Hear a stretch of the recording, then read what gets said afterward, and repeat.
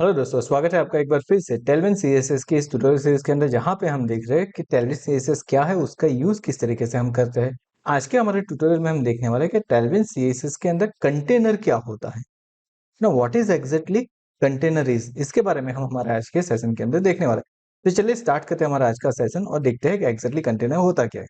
सबसे पहले मैं क्या करता हूँ, मैं आ जाता हूँ टेलविन सीएसएस की ऑफिशियल वेबसाइट के ऊपर। एंड ऑफिशियल वेबसाइट के ऊपर आने के बाद यहाँ पे हम सर्च करते हैं कंटेनर।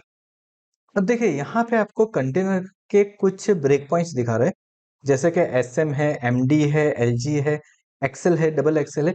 ये सारे क्या है, ये सारे उसके ब्रेक पॉइंट्स है जिसके लिए उसकी विड्थ कितनी हो सकती है, एसएम के लिए क्या हो सकता है, एमडी के लिए क्या हो सकता है, ये सारी चीजें यहाँ पे दी हुई है आपको ना। उसके लिए आप क्या कर सकते हो, उसका यूज कर सकते हो। सो लेट्स बिगिन कि हम किस तरीके से कर सकते हैं। तो चलिए, यहाँ पे हमें सारी चीजें दी तो हुई है, साथ में हमें क्या दिया हुआ है, हमें यहाँ पे दिया हुआ है लाइक कंटेनर। डायरेक्टली मुझे क्या करना है, कंटेनर क्लास का यूज करना है।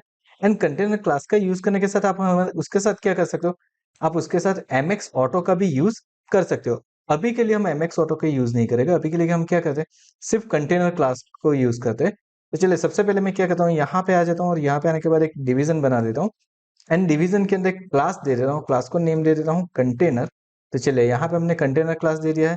हमने जो पैराग्राफ बनाया हुआ है, उस पैराग्राफ को कट करके हमने यहाँ पे रख दिया।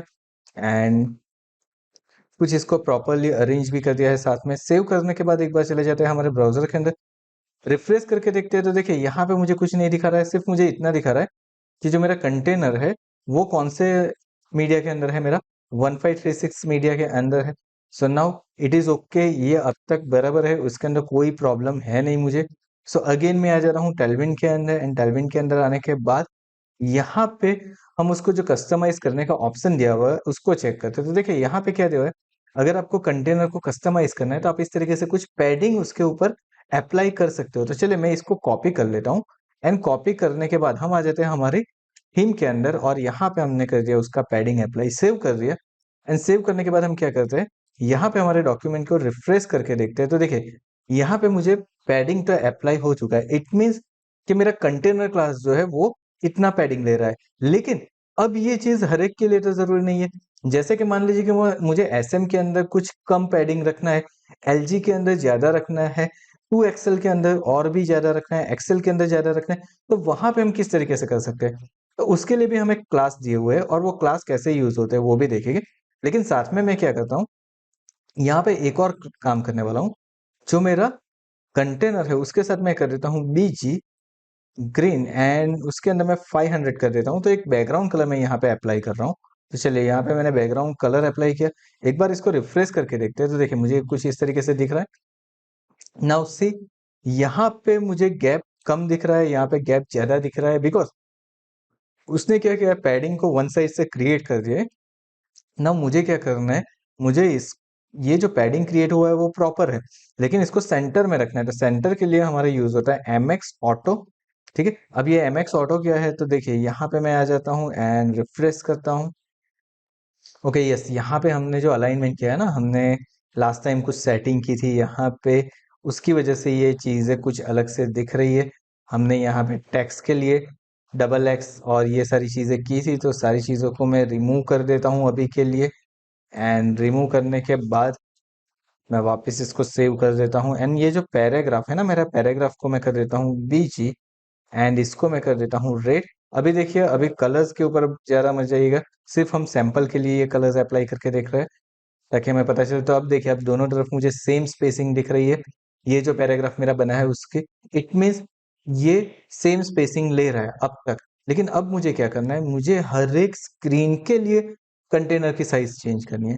सो नाउ मैं आ जाता हूँ यहाँ पे सबसे पहले। एंड नाउ देखिए, यहाँ पे मुझे दिखा हुआ है रिस्पॉन्सिव वेरिएंट हम किस तरीके से सेट कर सकते हैं। तो देखिए, यहाँ पे पैडिंग दिया हुआ है, डिफॉल्ट हमें दिया हुआ है, उसके साथ हमारे पास जितने भी वेरिएंट्स है उस वेरिएंट के अंदर भी आप सेट कर सकते हो। सो मैं क्या करता हूँ, यहाँ पे चले जाता हूँ हमारे कोडिंग के अंदर। एंड यहाँ पे कुछ इस तरीके से हमने सेट कर दिया।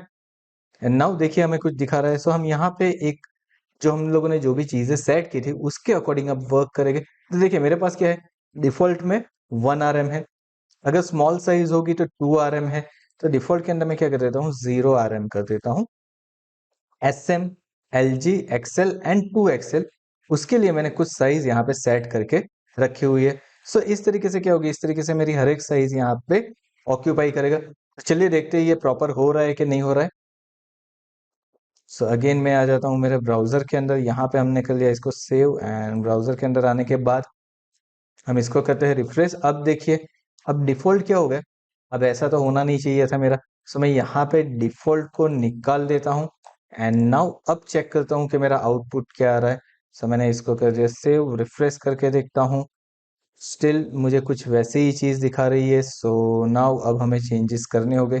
ओके गाइस, तो यहाँ पे देखिए अब मैं क्या कर रहा हूँ, मेरी स्क्रीन की साइज को रिस्पॉन्सिव मोड के अंदर सेट करके देख रहा हूँ। एंड नाउ अब चेक करते हैं हम। सो डिफॉल्ट को मैंने 0 RM जो है वैसा ही REM लिखा हुआ है, एंड यहाँ पे रिफ्रेश करता हूँ तो देखिए अभी मेरी साइज कौन सी है। तो यहाँ पे मुझे दिख रहा है कि मेरी जो साइज है वो कुछ ऐसे रह रही है। नाउ मैं उसे स्क्रीन को सेट करते जाता हूँ, यहाँ पे देखिए जैसे ही मैं चले जाता हूँ 452, उसके ऊपर में चले गया, अब मेरी मिनिमम वेट कुछ इस तरीके से हो रही है। अब देखिए अब ये ऑटोमेटिक एडजस्ट कर रहा है, ठीक है। यहाँ पे मेरी जो विथ है वो सेट हो रही है कंटेनर की। अब देखिए ये प्रॉपरली हो रहा है, मतलब मेरी स्पेसिंग यहाँ पे वो छोड़ रहा है, जितने भी RM हमने कहा था उतने RM अब वो वहां पे एडजस्ट करके दे रहा है। उसका मतलब ये है कि मेरी सारी चीजें अब तक प्रॉपर हो रही है।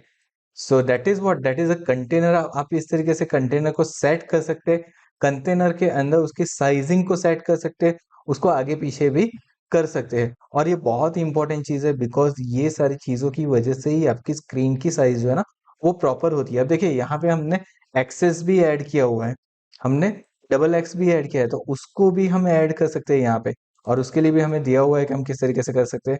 So that is what, that is container, and that's it about our today's tutorial. आज के ट्यूटोरियल में बस इतना ही। कंटेनर क्या है वो हमने देखा, किस तरीके से हम उसकी साइज अपने हिसाब से एडजस्ट कर सकते हैं वो भी देखा है।